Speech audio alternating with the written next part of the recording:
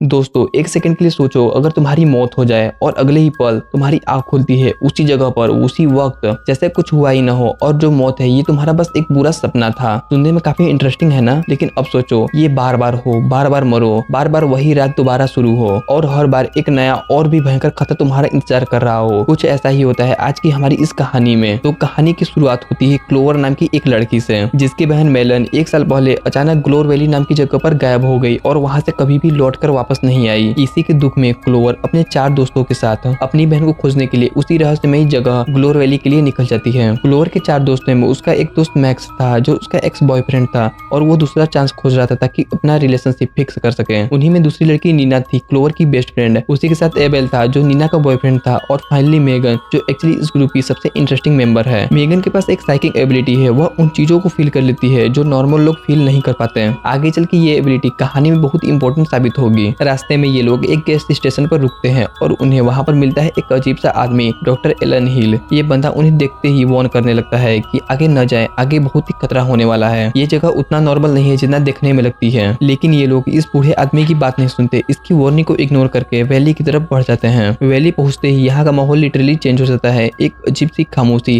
जैसे नेचर भी सांस रोक कर बैठी हो। उन्हें मिला एक बंद विजिटर सेंटर, कम्प्लीटली अपेंडेंड, जैसे कई सालों से वहां पर कोई गया ही न हो। अंदर घुसते ही पहली चीज जो उनकी नजर में गई वह थी एक वॉल, पूरी तरह से लापता लोगों के पोस्टर से भरी हुई। उन पोस्टर में से एक जाना पहचाना चेहरा था, मेलन का चेहरा। क्लोवर का दिल एक सेकंड के लिए रुक गया। मतलब उसकी बहन यहाँ पर आई थी, लेकिन फिर कहाँ गई ये अभी भी मिस्ट्री थी। तभी उन्हें एक गेस्ट बुक मिली जिसमें काफी लोगों के नाम लिखे थे, जिसमें ये दिख रहा था कि बहुत लोग आए थे लेकिन यहाँ से कोई वापस नहीं गया। तभी इन्हें एक रूम में खाने के डिब्बों के स्टेक, कपड़े, पर्सनल नोट्स, सब कुछ जैसे कोई यहाँ पर कई सालों से रहता आ रहा हो। तो दूसरी तरफ मेगन को वहाँ पर आते ही कुछ अजीब फील हुआ था। उसकी साइकिंग सेंसर ट्रिगर हो गई। उसने ये फील किया कि इस जगह पर बहुत ही कुछ डीपली रॉन्ग हो रहा है, लेकिन बाकी दोस्तों ने इस बात को इग्नोर कर दिया। ये सब हो ही रहा था कि तभी अचानक से वहाँ का मौसम बदलने लगता है और रात हो जाती है। इसके साथ ही दीवार में लगी सैंड वॉच वो घूम जाती है और उसमें एक टाइमर चालू हो जाता है। ये सब अजीब घटनाएं ये लोग देख ही रहे थे कि तभी एक मास्क किलर अंधेरे से बाहर निकला और फिर शुरू हुआ मौत का तांडव।